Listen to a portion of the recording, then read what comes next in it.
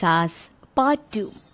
अब तक आपने सुना कि कावेरी जी अपनी तीनों बेटियों ईशा, मोहिनी और सुहाना की शादी 3 घर जमाई लड़कों के साथ करवा देती है।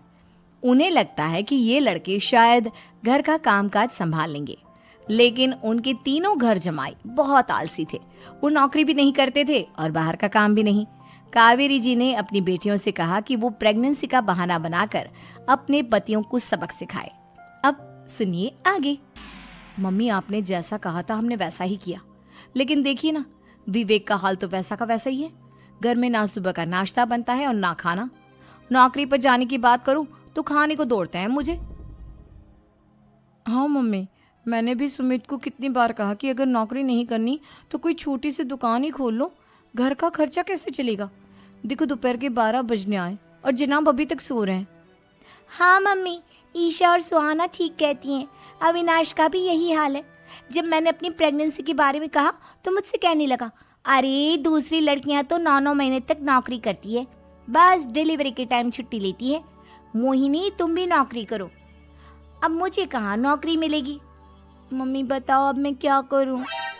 हे भगवान, क्या सोचकर घर जमाई दामाद लाई थी मैं कि मेरी बेटियां मेरे पास रहेंगी और खुश रहेंगी, लेकिन इन आलसी दामादों ने तो हमारी जिंदगी को भी प्रॉब्लम में डाल दिया है। मैं तो कहती हूँ मम्मी, हम लोग वापस अपनी जॉब पर जाना शुरू कर देते हैं। बता देते हैं इन लोगों को कि हमने प्रेगनेंसी का बहाना किया है। नहीं नहीं बेटा, ऐसी गलती भी मत करना। अगर तुमने ऐसा किया तो इन तीनों की आदत और खराब हो जाएगी। अरे आज नहीं तो कल कभी तो तुम प्रेग्नेंट होगी, तब वापस यही प्रॉब्लम आएगी। तब क्या करोगी तुम तीनों। हाँ मम्मी, आपकी बात तो बिल्कुल सही है। इन लोगों को तो सुधारना ही पड़ेगा। लेकिन कैसे?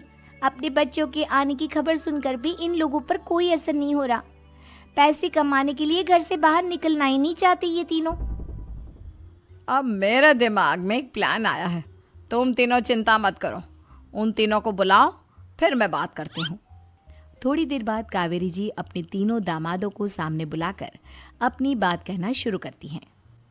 अविनाश, सुमित और विवेक, देखो बेटा, मैं ना तुम तीनों से बड़ा प्यार करती हूँ, इसीलिए तो तुम्हें घर जमाई बना कर रखा है मैंने। अरे मम्मी जी, सीधे सीधे कहिए ना, क्या बात है। प्यार तो हम भी आपको बहुत करते हैं। अरे मम्मी जी, आपकी इज्जत भी बहुत करते हैं। अरे भाई, आपके जैसी सास और कमाने वाली बीवी सबको मिलती है क्या? हाँ मम्मी, विवेक और सुमित ठीक कह रहे हैं। आपकी बेटी से शादी करके मेरी तो ज़िंदगी ही अच्छी हो गई है। जानती हूँ मैं, और ये भी जानती हूँ कि तुम तीनों अपने अपनी बीवियों से बहुत प्यार करते हो।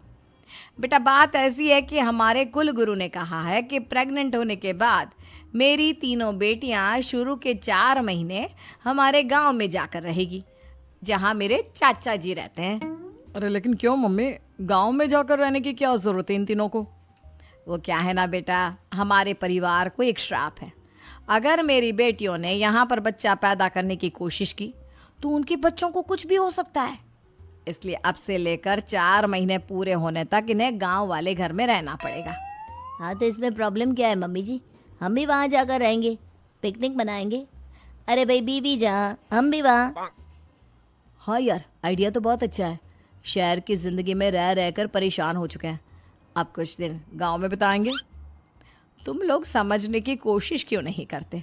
तुम में से कोई भी वहाँ नहीं जा सकता, और मैं यहाँ रहूँगी ना तुम तीनों के साथ। 4 महीने की तो बात है, उसके बाद ये तीनों ही लौट कर आ जाएंगी। ठीक है मम्मी जी, अब हमारे बच्चों का सवाल है तो ये तो करना ही पड़ेगा। कावेरी अपनी तीनों बेटियों को कुछ दिन के लिए घर से बाहर कहीं दूसरे शहर में रहने के लिए भेज देती है। कुछ दिनों के बाद, अरे मम्मी जी, बहुत दिन से पिज्ज़ा नहीं खाया, मंगवाइए ना। क्या बताऊं बेटा, पहले तो बेटियां खर्चा दे देती थी क्योंकि उनकी नौकरी थी, लेकिन अब तो मेरे पास पैसे ही नहीं बचे। थोड़े बहुत पैसे हैं जो बच्चों की डिलीवरी में काम आएंगे। लेकिन मम्मी जी, आपकी बेटियों को वापस आने में तो अभी बहुत वक्त बाकी है। वही सोच सोच कर परेशान हो रही हूँ। सोच रही हूँ कल से दूध भी बंद करवा देती हूँ। अब दूध वाले को देने के लिए पैसे भी तो नहीं है ना। अरे नहीं नहीं मम्मी जी, अगर दूध भी बंद करवा दोगी तो मुझे चाय कहाँ से मिलेगी, और चाय के बिना मैं तो मर ही जाऊंगा। क्या करूं बेटा, इसके अलावा हमारे पास कोई ऑप्शन नहीं है। मेरे पास पैसे ही नहीं बचे। इस तरह कावेरी जी धीरे धीरे अपने तीनों दामादों को पैसे देना बंद कर देती हैं और घर में खाने पीने की चीजें लाना भी बंद कर देती है। अब वो तीनों बुरी तरह से परेशान होने लगे थे और इसलिए एक दिन तीनों प्लान करके घर से बाहर निकलते हैं और बाजार में जाने के बाद यार अच्छा खाना खाए हुए कितने दिन हो गए, पता नहीं कब अच्छा खाना मिलेगा। हमारी बीवियों के जाने के बाद तो हमारी हालत भिखारियों जैसी हो गई है यार। कुछ भी हो, मुझे तो आज पिज्जा खाना ही खाना है। जेब में 1 रुपया नहीं और पिज्जा खाएगा, कहाँ से आएंगे पैसे? अरे देख वहाँ सामने बोर्ड पर क्या लिखा हुआ है, कंप्यूटर पर काम करने के लिए एक आदमी की आवश्यकता है। भाई मैं तो जा रहा हूँ, काम करूँगा और शाम तक पैसे लाकर आराम से पिज्ज़ा खाऊंगा। जा जा, तुझे कोई काम नहीं देने वाला, हम तो घर जा रहे हैं। चल भाई सुमित। सुमित और अविनाश वहाँ से चले जाते हैं और विवेक उस कंप्यूटर शॉप पर सारा दिन काम करके 5,000 रुपये कमा कर घर लौट कर आता है और अपने खाने के लिए अच्छी अच्छी चीज़ें भी लेकर आता है। ये देखकर विवेक और सुमित के दिल में भी कुछ पैसे कमाने की इच्छा जागती है। अरे सुबह सुबह कहाँ चल दिए तुम? मम्मी जी एक बहुत अच्छी जगह मिली है, कंप्यूटर पर काम करने के 5,000 मिले थे कल मुझे। अगर रोज़ काम करूँगा तो पूरे 40,000 की तनख्वाह। अरे वाह, ये तो बहुत अच्छी बात है दामाद जी, आपको जाना ही चाहिए। सुमित और अविनाश विवेक को इस तरह तरक्की करते देखकर परेशान हो जाते हैं और वो दोनों भी काम की तलाश में निकल पड़ते हैं। धीरे धीरे उन दोनों को भी काम मिल जाता है। अब कावेरी के तीनों दामाद छोटी मोटी नौकरी करके अच्छा पैसा कमाने लगे थे। एक दिन कावेरी उन्हें अपने पास बुलाती है। अरे वाह, विवेक 40,000 कमा लेता है, अविनाश 60,000 और सुमित तुम भी 40,000 के आसपास कमा ही लेते हो।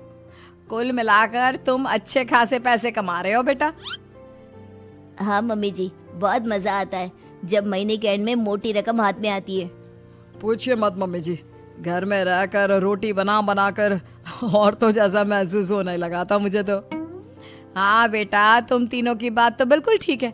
और जानते हो, अब तुम तीनों की पत्नियां भी वापस लौट कर आने वाली है। लेकिन मम्मी जी अभी तो उन्हें गए सिर्फ 2 महीने हुए हैं, आपने तो कहा था वो 4 महीने के बाद लौट कर आएंगी। ऐसा कुछ नहीं है बेटा,